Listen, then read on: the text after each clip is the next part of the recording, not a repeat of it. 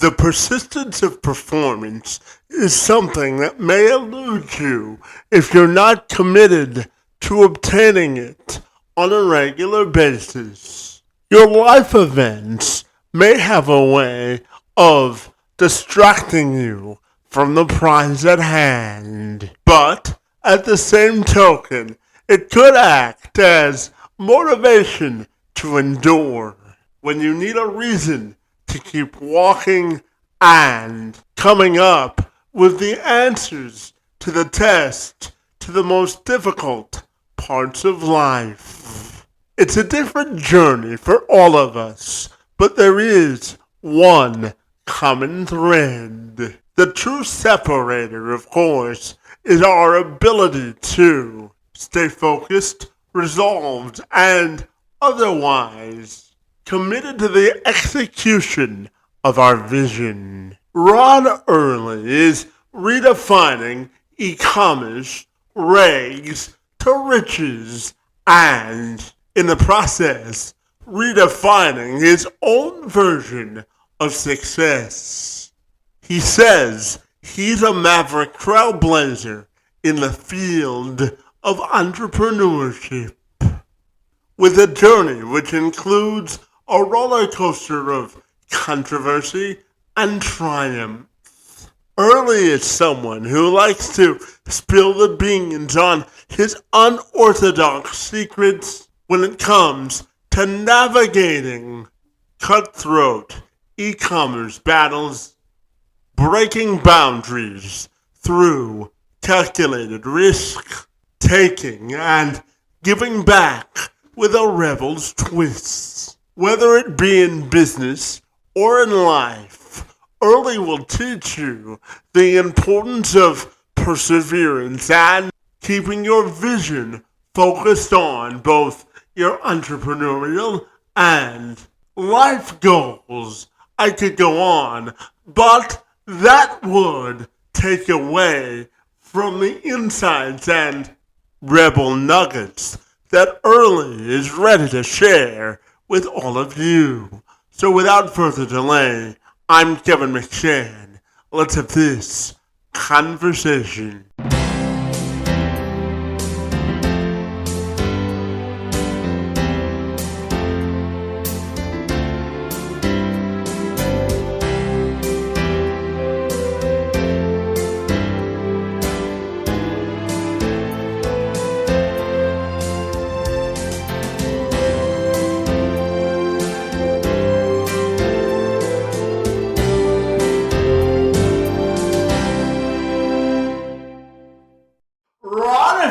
My friend, I'll take a moment to welcome you to the program, and I'm super excited to learn about your extraordinary life, my friend. Great to see you this afternoon, and happy Thursday afternoon to you, my friend. You as well, man. Thank you. So, yeah, absolutely, my friend, and I know that you have quite the story to tell me, buddy, that isn't so much conventional. So I'm wondering if we can start our conversation by you telling me what makes you so fabulous and how you got to where you are today, my friend. I think like anybody else, just anybody else that's done something big, it was taking a stab and at an opportunity and hoping that sticking with hardships, learning and going through a lot of the trials and sticking it out, eventually you persevere. You can only take, so many shots before you eventually hit. And it's one thing that me and my wife did. And it was honestly at one of the most difficult times in our life to be able to do so. I had just given up a job. It was a corporate job. I used to do district sales for personal training in the state of Florida. So I'd commute up and down Florida and I teach people how to do sales training. And I walked away from a 6-figure job at a young age, and I had some money put back. Ended up getting a construction gig on the other side of Florida, and me and my wife had a little over $17,000 put away. We were going to buy our house, furnish it, and found out we had a baby on the way. I temporarily was living in a room with our parents, and we had a wholesale opportunity given to us. The problem was the mentorship in our first wholesale freight was $17,500. So we didn't get a house, and we didn't. Well, there goes your savings, right? There it went, man. And we were all in. I cashed in chips, and it it was pretty incredible going through it. Like anything else that, business has its hardships. There was a lot of expensive learning lessons along the way. And eventually we went from selling out of our own house, our own garage, and moving wholesale freight. We started teaching individual families how to do it from their home. And within the last 12 to 18 months, we purchased the largest e-commerce consumer management company in the US. So, Well, that is quite the story, my friend. And so I guess I'm curious on how you would define redefining normal, my friend, because I know that you haven't had a conventional sort of path in life. So what does redefining normal mean to you? redefining normal to me is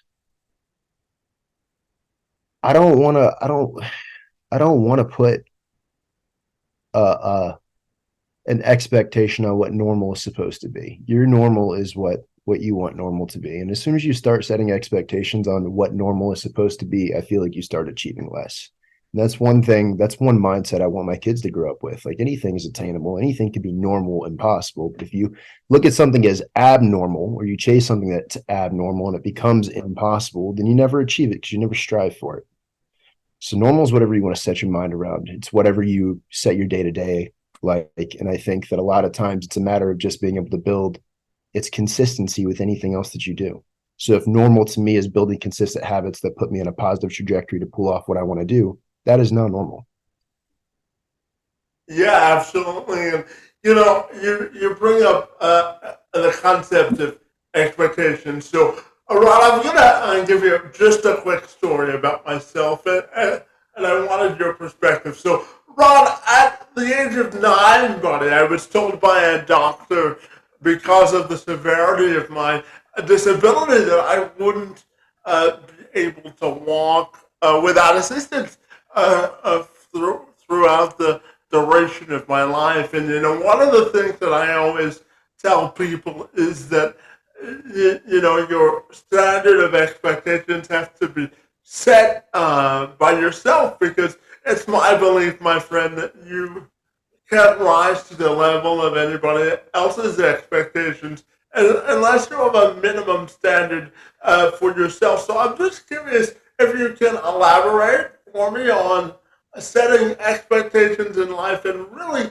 allowing your passion to be your purpose and your thoughts there. I think that you're doing it yourself right now.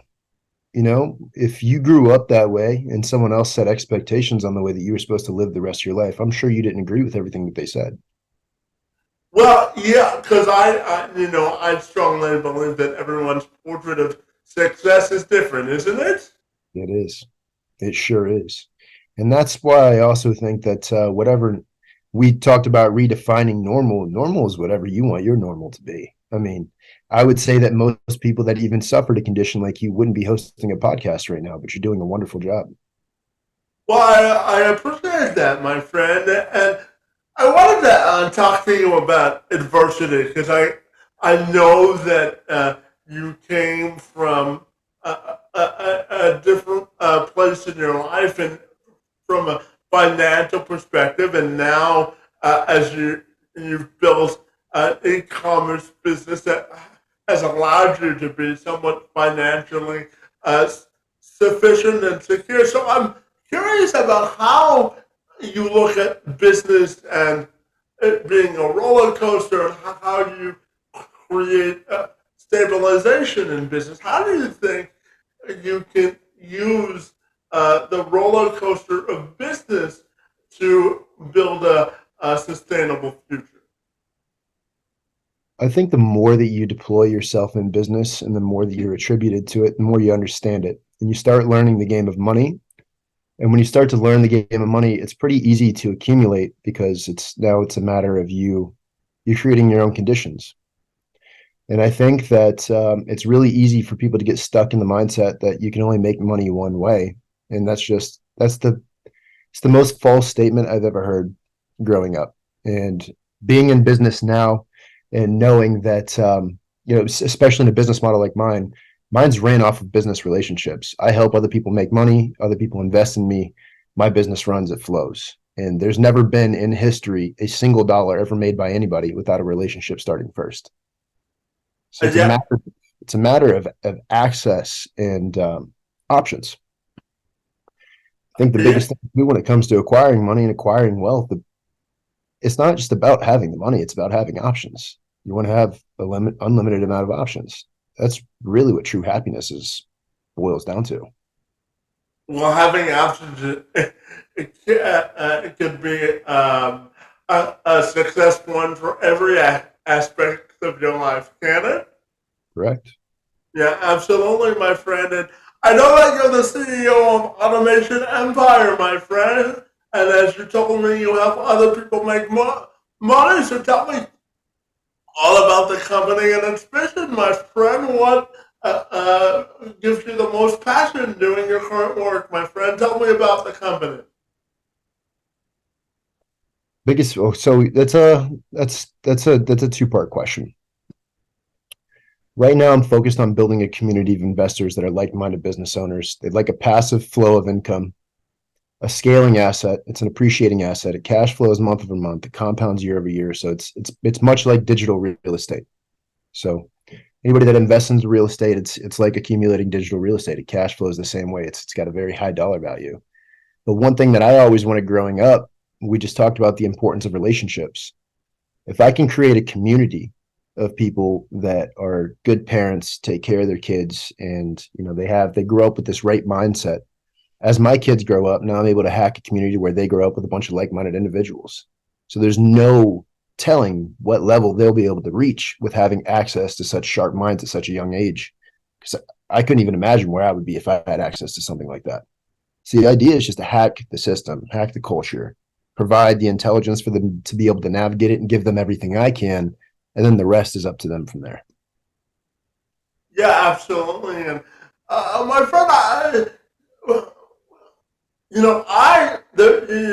Ron, there's a sign in my office that says life is a constant game of networking, my friend. And I truly believe that building relationships is the lifeblood to achieving success, my friend. So tell me, what do you think is the key to building sustainable relationships that last? What do you think is the key to building relationships? Value. It's really hard to hold a relationship with anybody if one person only brings value and someone else doesn't. And that's honestly why you'll hear a lot of people say things like, show me who your five friends are and I'll tell you who you are. Mm-hmm. People take on the same values, they take on the same roles. So if people are not deploying any value in your life, it's why it's safe to say that if you're the sixth person, you're not going to deploy any value. That's why they can tell you who you are.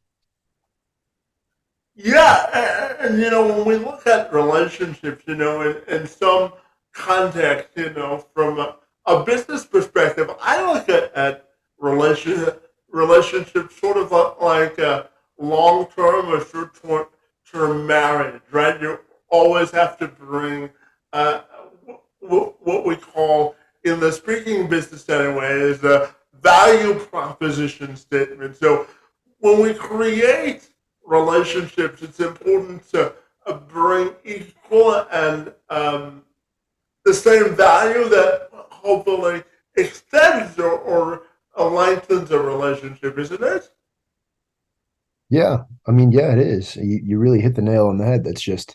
It's utmost importance. It's really hard, especially if you're trying to move forward, to keep people in your life that are keeping you behind. And that's why it's so important to keep people around you that deploy value. And it doesn't necessarily mean that they have to give you anything to be valuable.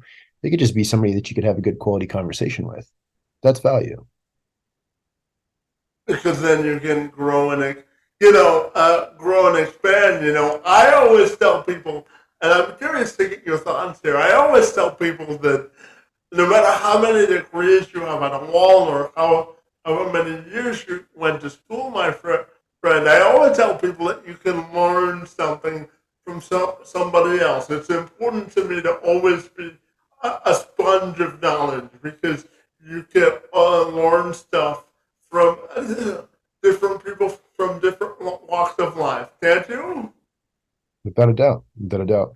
And that's why it's pretty nice to be able to hack culture in a demographic like what we have, because I have people coming in from everywhere, and everybody has a different story.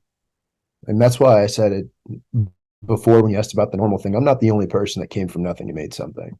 It's just everybody's got a different background doing it. And the cool thing is you can learn a lot of lessons from it, which help catapult you in life. And I mean, there's things now that I can learn from other people that, are have built less than what I've built. It doesn't mean that I can't learn from them.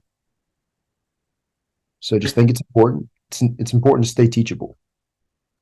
Yeah, absolutely. What do you when you think of the word perspective and having perspective in life? I'm curious. What does that mean to you to have perspective?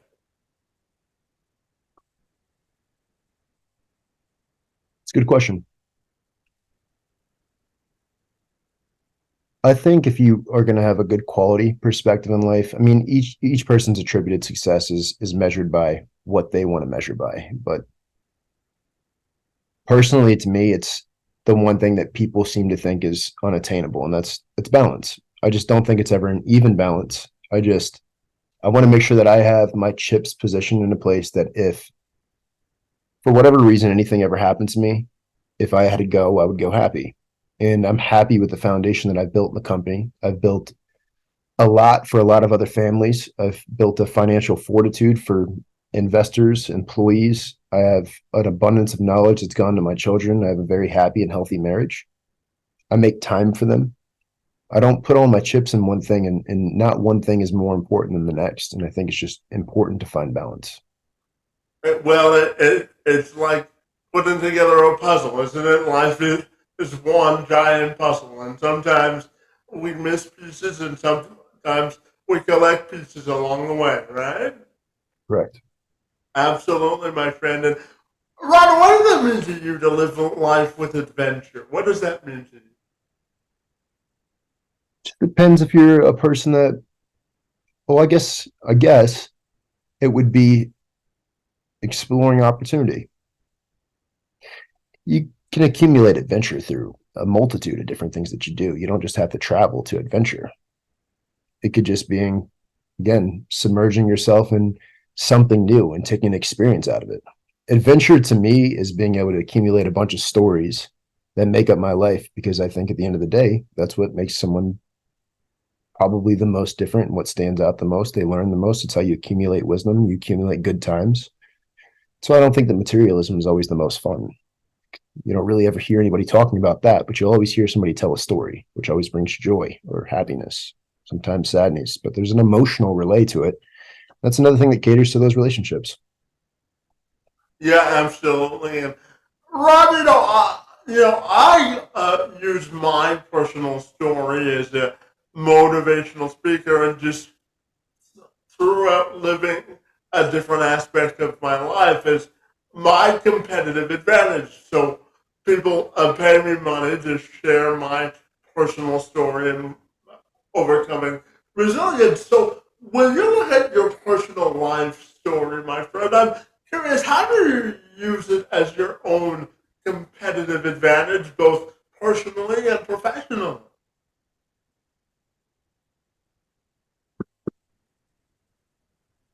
I think with anything else, personally, resilience is probably one of the biggest motivators. We talked about taking 100 shots, one's bound to hit at least once, but there are many times, especially out of my own personal story, um, that if I wouldn't have kept going and kept trying at different things, then I wouldn't be doing what I'm doing. Like if it just didn't work out the first time, then we wouldn't be having this conversation right now. So even from a personal story and personal triumph, I talked to you about how important it was to be able to relay those messages to my kids. One of the best ways to do that is by going through experience, not talking about it, but doing it. I think it's the same thing when it goes to investing and taking shots at different business models. If I can't teach what things I've learned along the way to other people and educate them on how to make a proper investment, then chances are I haven't gone through the things to equip me to be able to do so, and I wouldn't have formed the relationships that I have. Yeah, and talking about taking risks, I know you're a person that believes in breaking down barriers to opportunity. And you say that taking calculated risk have been sort of your key to success and giving back with a rebel's twist, my friend. So, what does it mean to take calculated risk? And for you, what does it mean to give back with a rebel's twist? So there's this book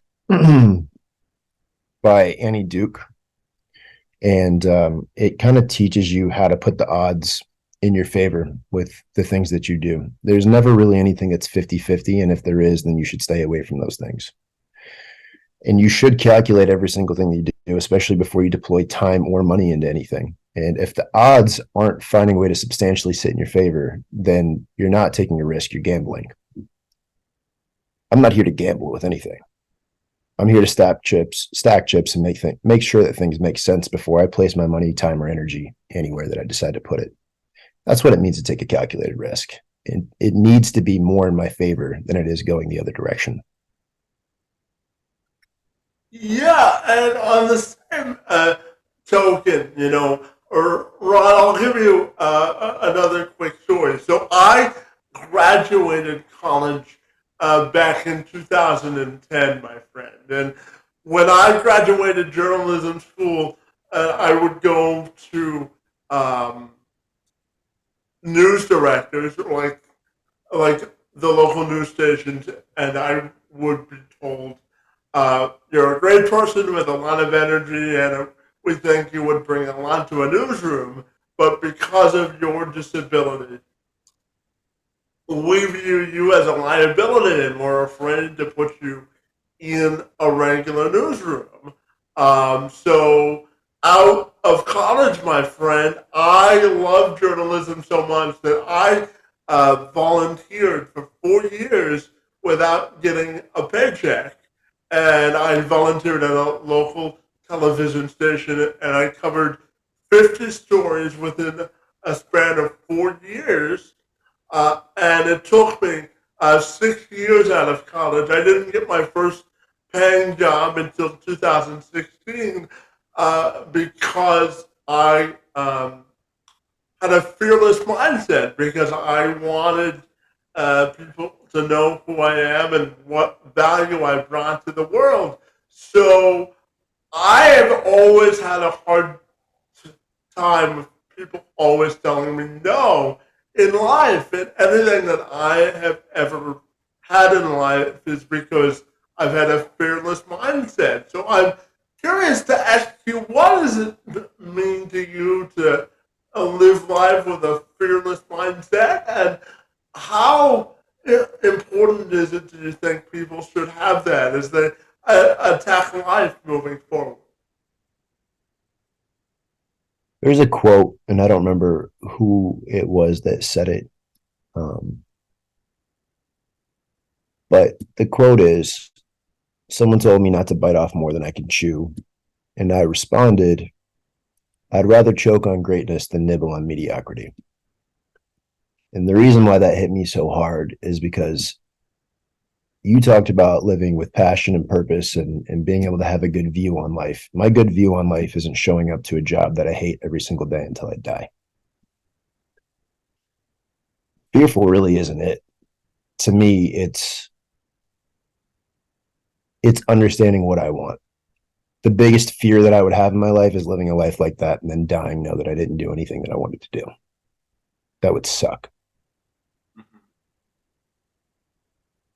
Yeah, absolutely. And, from an entrepreneurial standpoint, Ron, I'm curious to get your thoughts on what it means to ignite sort of an entrepreneurial fire, because anything you want to achieve in life and business has to have some level of consistency. And in my view, you can't run a business unless you're passionate about what you do every day, as you said earlier. So, what does it mean to have an entrepreneurial fire that's lit, in your opinion? Well, two-part question. I will say that the very first part, it's a lie. That's not true that you have to be absolutely passionate every single day to run a business that you love. Because if you had an entrepreneurial fire, you would know that in your business, there's going to be days that you absolutely hate because everything feels like it's upside down and everything feels like it's on fire. But to have entrepreneurial fire in yourself is to know that your job is it's to be a firefighter as much as it is to be a businessman. Things are going to go wrong. You're not going to be so passionate and so loving about what you're doing the days that they go wrong. But it's shifting your focus from what's going wrong, being able to maintain emotions and keeping your eye on the prize to get shit done. That's what's most important. That's entrepreneurial fire. Yeah, absolutely. And Ron, what is your opinion on what do you think it means to build an inclusive culture? And if you want to be an inclusive leader, what do you think that means? I think that just boils down to what leadership truly is. And we talked about building good relationships, but honestly, building good relationships is adding value to people. But that's really what embodies good leadership. If you want solid employees that care about what they do, and you want good culture inside a business, and you want good culture amongst clients, you have to give them a reason to want to work hard and give them a reason to want to come to work. And the best way to do that is to deploy value into those people and take the time to be able to do so. That way, they don't just grow inside the business, but they can grow personally. That's what embodies good leadership. Yeah, absolutely. And Ron, as an old communications major, my friend, I'm a true believer that great communication is the key to great partnership. So I'm wondering your thoughts on how communication and building partnerships are interconnected. Communication might be the forefront of all of those, because if you don't know how to communicate a thought, an idea, or a feeling, you're never going to get what you want or get the outcome that you want. It's when I say it's the most important, communication is the most important. If I have a thought in my mind and I don't know how to tell you what it is, I have a failed relationship. I don't get the outcome that I want. Yeah, absolutely. And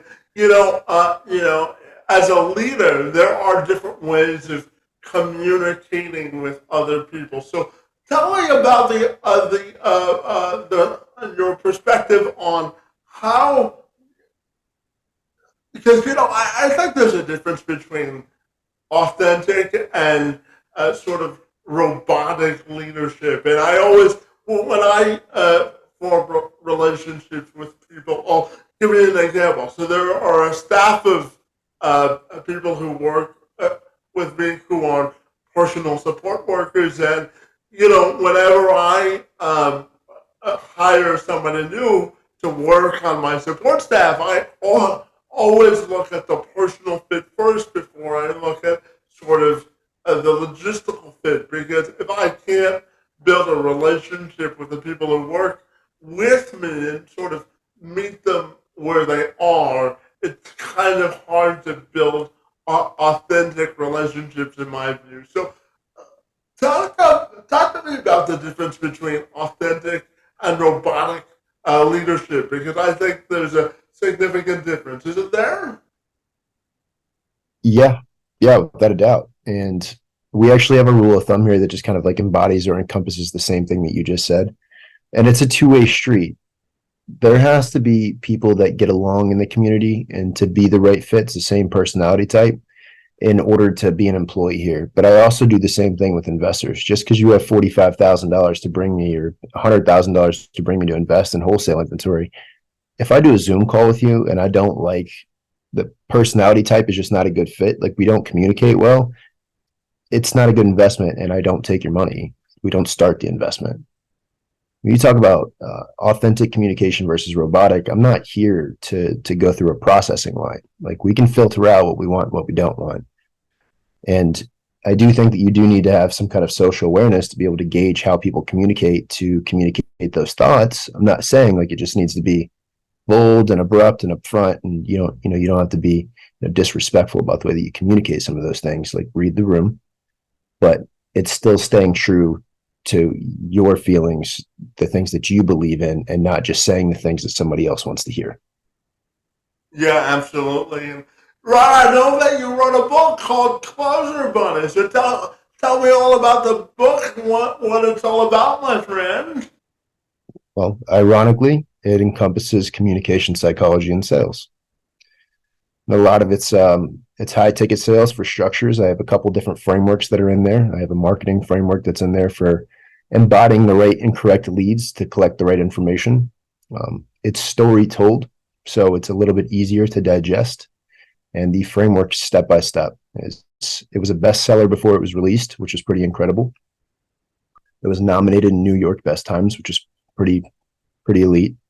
And that was actually the foot in the door that we started when we brought the investment company to Sarasota that landed us the key to the city. So Yeah, absolutely. Well, congratulations, my friend. And I know writing a book is not an easy or time-saving process. So, congratulations on getting the book published. And Ron, tell me about getting the key to the city. And I know that you've also received awards for being an entrepreneur and a best-selling author in the field of automation, my friend. So tell me, and you've also had over $1 billion of products sold. So tell me, what do those honors mean to you? And uh, I'm wondering also if you think you have a social responsibility to sort of pay it forward to other people as well. without a doubt, um, and I do. I put a lot of free content out.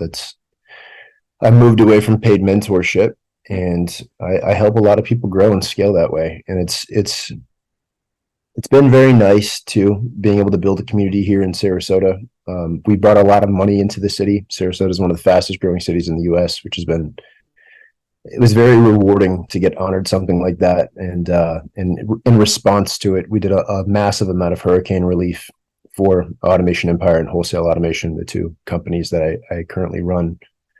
And I think it's important to stay involved with the community and the place that you are. Like if you're going to be a pinnacle point and you are going to have some kind of social presence, then you also have an obligation to stay at the forefront and set a good example for other people that want to do the same thing. Yeah, and you know what? I'm curious if I gave you the responsibility to write one sentence about maximizing life. What is it? What do you think that sentence would read, and what do you hope people would get out of the sentence that you would write?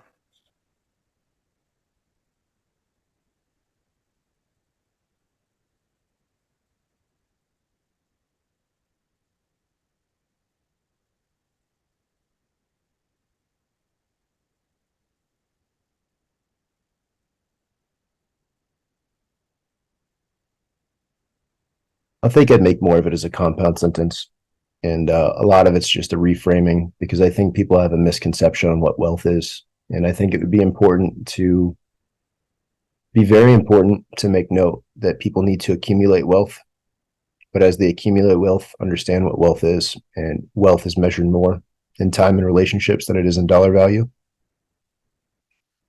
Yeah, absolutely. And selfishly, Ron, before I get down here, I have two other questions for you, my friend. And you may or may not know that October is a National Disability Employment Awareness Month. So tell me, why do you think it's important that we break down barriers towards employment for people who look like me and have a shot at employment? Why do you think it's important to bring awareness to this awareness month specifically? And what does the inclusion in the workforce mean to you? I don't think you should ever just be embodied down to just 1 month. I think it's great that people are bringing social awareness to it, but at the same time, I don't necessarily agree with what happened to you with the news station and your journalism. Because if you offered more value and you did a better job than the next person, what does that have to do with your disability? Don't think that's fair. I actually think it's unjust. I think they should have given you a fair shot. That's what I think about it. Yeah, and that's there's always this silver lining because when I give that story now to organizations. They give me money for it. There's always, life is, I always tell people that there's no 50% off policy when you have a disability, my friend. So you have to make your life story your advantage in life, and that's how I look at it. So, Without a doubt. You you seem know, like you seem like you're doing really great now. But yeah, yeah, because I always say that when adversity strikes, and resilience is the answer to the test of adversity, right? So right, right. yeah, and Ron, just because I know you have some kids, buddy. So what does it mean to you to be an elite dad and show up as a dad and a husband as well? What does that mean to you, buddy?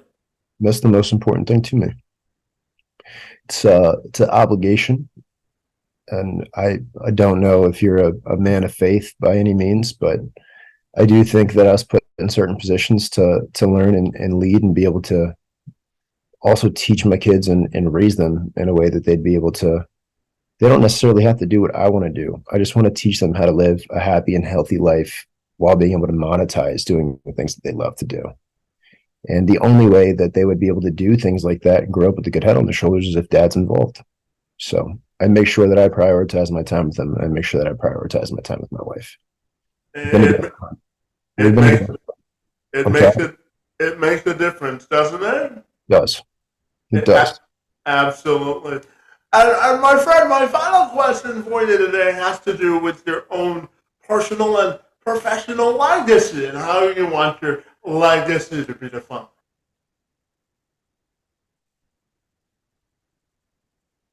It's a really good question. No, I haven't really thought about it like that yet because I'm not there. I think it's just important to make sure that I leave things behind, and I think that that's why the book was so important, was to be able to provide value even once I'm gone. Books will never go away. Social media and videos can always be removed, but books will never go away. And I think as I do begin to move. I want there to be some kind of social impact and valuable impact that when I do go, if that happens sooner or later, I made a difference in people's lives. I mean, I think that that's the utmost importance. Yeah, absolutely. And just because you sparked me to ask you this from your last answer, I have one more question for you. Yeah. One of the reasons, Ron, I wanted to start this podcast is because I looked at the world from a societal perspective and I said to myself that there has to be more vehicles to bring us closer together rather than bringing us always apart. So I'm curious, when you look at life from a societal perspective as a dad, as a business person, as a husband, where do you think we've made the most societal progress, and where do you think we need to still go as far as sort of bridging more bridges of unity and understanding? Because for me, you don't always have to agree with everything someone tells you, but as long as you have a certain base level of respect, I think that we can go a long way. But it seems to me that in some instances we've lost the ability to have conversations with people without becoming so territorial if we disagree with them. So, how do you think we create more bridges of understanding and unity, my I think that's the big question, man. I feel the same way that you do, and I don't know that there's a way that you could ever just forcefully make anybody take the time to respectfully listen to somebody else. But the greatest outcomes, whether it be in a marriage or even hearing two sides, because there's three sides to every story, right? You got one, and then the truth somewhere in between. But the problem is when you cut out that other side, which it seems like one side's always being silenced because of the judgment, and like you said, people are just being shut off. You can never really find the middle. So I think until people start getting more comfortable having open conversations with each other and being okay with being wrong, we're going to have a bad lack. There's going to be a massive retraction and growth. And that's kind of where we are right now as a society, which is very unfortunate. It's one side or the other. There is no in between, which means people can't think for themselves. It's very unfortunate. So in the spirit of ending this on a more positive trajectory, my friend, what brings you the most hope and optimism for life moving forward? Right now, it's pretty simplistic, man. I just love coming home. There's nothing better than opening the door and hearing my kids scream, Dad. Feels great, man. It makes it all worth it. Absolutely, my friend. And finally, tell me, if people want to get connected with the great work that you do, buddy, what's the best way they can do that?